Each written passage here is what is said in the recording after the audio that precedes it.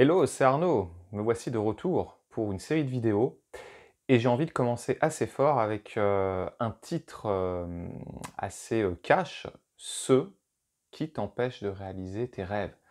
Et le «ce», je ne l'ai pas écrit CE, mais CEUX. Ça veut dire les personnes qui t'empêchent de réaliser tes rêves. Voilà, donc je profite de cette date du 18 juin, symbolique, pour lancer un appel en fait, tout simplement. Un appel à aller au bout de vos rêves, à tout donner pour vos objectifs, pour vos rêves, quels qu'ils soient.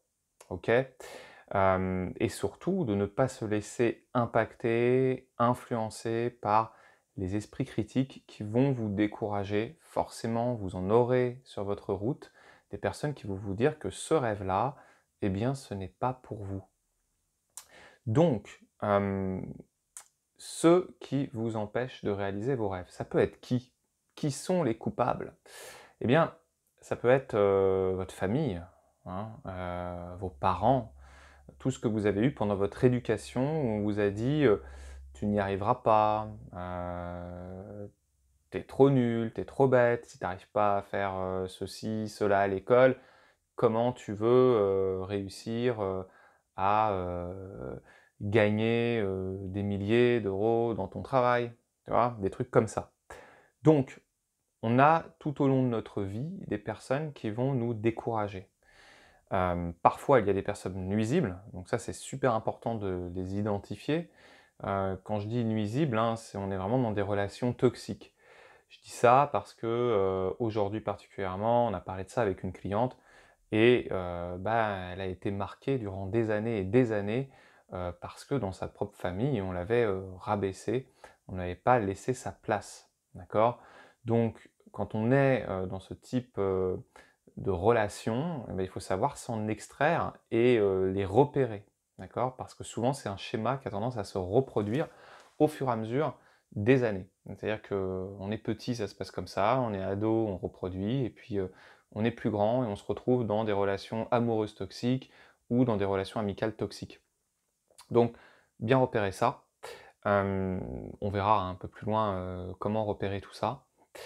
Ensuite, on a, bah, parfois des personnes qui, pour notre bien, qui, veulent nous protéger, qui, veulent nous éviter qu'on soit déçus. Eh bien, ils vont nous dire, «Ouais, mais c'est dur, tu sais, il y a pas beaucoup de personnes qui y arrivent, voilà, c'est très compliqué, c'est pas un vrai métier». Voilà, je dis ça parce que ça, c'est des choses qu'on entend souvent, par exemple, en tant qu'artiste, hein. Moi, j'ai accompagné pas mal d'artistes qui, ont des proches, entre guillemets, «bienveillants», hein, qui, veulent les protéger. Cette protection, bah, elle tue ton rêve dans l'œuf. Parce que si toute la journée t'entends, «C'est pas possible», ou «C'est très compliqué» ou «Mais non, mais on sait que tu es capable, on sait que tu es fort, que tu es bon dans ton domaine, mais quand même, tu sais, tu devrais trouver un vrai boulot». Voilà, combien d'artistes, par exemple, ont entendu ça? Combien de projets ont été, avortés juste parce que, eh bien, des personnes ont dit: «C'est difficile, c'est pas possible, c'est compliqué, attention à ci, attention à ça». Donc voilà, il faut arriver à repérer 2 choses, en fait, et là, je crois que c'est vraiment essentiel. Il faut repérer ceux qui font ça par protection, d'accord? Ils veulent te protéger, ils veulent ton bien, ils veulent ton bonheur. C'est pas des parents bienveillants, des amis bienveillants, des collègues bienveillants qui, bah, voilà, ils veulent t'aider, ils veulent te protéger, donc ils te disent: «Attention» et ils veulent que tu aies tous les paramètres avant de t'engager dans une voie. Dans ce cas-là, eh ben, quand on a repéré que c'était par bienveillance, par, souci, de ta propre personne à ce moment-là, eh bien, j'ai envie de dire: «OK, déjà ces personnes-là, tu peux les rassurer. Tu peux leur dire que tu sais ce que tu fais, tu peux, entamer un dialogue, une discussion avec eux, tu peux les remercier de te donner, on va dire, leur avis. Mais, c'est là le mais, c'est que toi, il faut que tu restes centré sur ton objectif et que ce que tu entendes là, ce soit, juste, bah, en fait, un avis, rien de plus, pas une vérité, voilà, et c'est ça la chose qui est difficile, c'est que parfois les avis extérieurs, on a tendance à les prendre comme vérité et donc c'est là où, ceux qui t'empêchent de réaliser tes rêves, ils ont, une puissance. C'est parce que toi-même, tu considères leurs paroles comme paroles d'évangile. Tu considères que c'est une vérité et du coup, tu vas, te remettre en question. Donc la remise en question, elle est bonne, d'accord? Mais elle doit, trouver un bon équilibre. C'est-à-dire que si tu te remets à chaque fois en question dès que quelqu'un te dit: «Mais, tu sais, c'est dur ce truc-là, ah ouais, tu vas pas y arriver» et cetera ou, plus discrètement: «Est-ce que c'est vraiment pour toi?» Alors, ça peut être bien d'avoir ce type de questions, mais si ça t'ébranle, si ça te remet en cause, ça veut dire que tu es peut-être pas aligné profondément avec ton rêve et que ces personnes-là «bienveillantes» entre guillemets, ben, ont un impact du coup, pour le coup, négatif. Pour les personnes toxiques, dont je parlais tout à l'heure, bah, il faut les repérer. C'est des personnes qui, à chaque fois qu'elles te parlent, en fait, c'est négatif, qui vont avoir tendance plutôt à te rabaisser. Ça veut dire qu'elles, elles y vont de manière plus directe. Je parle pas des pervers narcissiques qui, eux, vont être insidieux, mais je parle d'une personne toxique qui va, chaque fois te mettre le nez, entre guillemets «dans le caca» et te dire: «Ah mais il y a ci, ah mais il y a ça, ah mais» OK.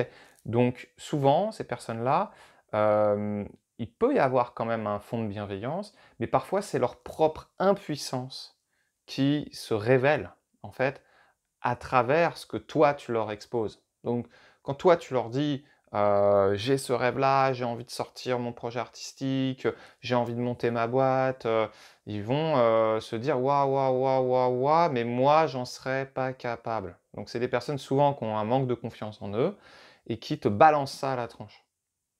Donc le secret de tout ça, c'est, de pouvoir vraiment prendre de la distance, prendre du recul et si tu es atteint, parce que c'est normal d'être atteint quand tu as une personne qui te met face à peut-être des doutes que tu as toi-même, parce que c'est pas parce que tu as un grand rêve, un grand objectif que tu es toujours sûr à 100 que tu vas y arriver, que c'est fait pour toi, que tu es en place par rapport à ça. Non, tu peux avoir des doutes, ça arrive. Tu as peut-être des moments où tu te dis: «Mais en fait, non, j'abandonne». Ça arrive, d'accord? Par contre, si tu as du mal à rebondir et qu'à chaque fois que tu parles à quelqu'un, hem, qui te limite là-dedans, ça te fait retomber down, ça veut dire qu'il faut que toi, tu reprennes une plus grande confiance par rapport à ton projet. Et donc il faut que tu sois aligné, il faut que tu sois aligné mentalement, il faut que mentalement tu aies le mindset, tu aies l'état d'esprit qui te permette de dépasser ces paroles-là. OK? Et après émotionnellement, quand tu as le mental, ça va mieux et derrière tu appliques les comportements et du coup ça bouge. Voilà. Donc, si tu veux en savoir plus sur la réalisation de tes rêves, quels qu'ils soient, moi j'ai créé une masterclass que j'appelle Plein Potentiel, dans lequel je te présente justement des clés pour que bah, tu puisses te sentir aligné. Je parle d'alignement sur 3 dimensions à 2 niveaux, 3 dimensions mentales, émotionnelles, comportementales et à 2 niveaux, conscient et inconscient. Donc quand tu as cet alignement 3 dimensions, 2 niveaux, ben, en fait, ceux qui pouvaient avant détruire tes rêves, ben, en fait, ils n'ont plus le même impact. Voilà, tout simplement. Donc tu as un pouvoir dessus. Voilà, ben, je t'invite à me dire ce que tu en penses, abonne-toi et ben, j'attends tes commentaires et je serai ravi d'y répondre. Salut!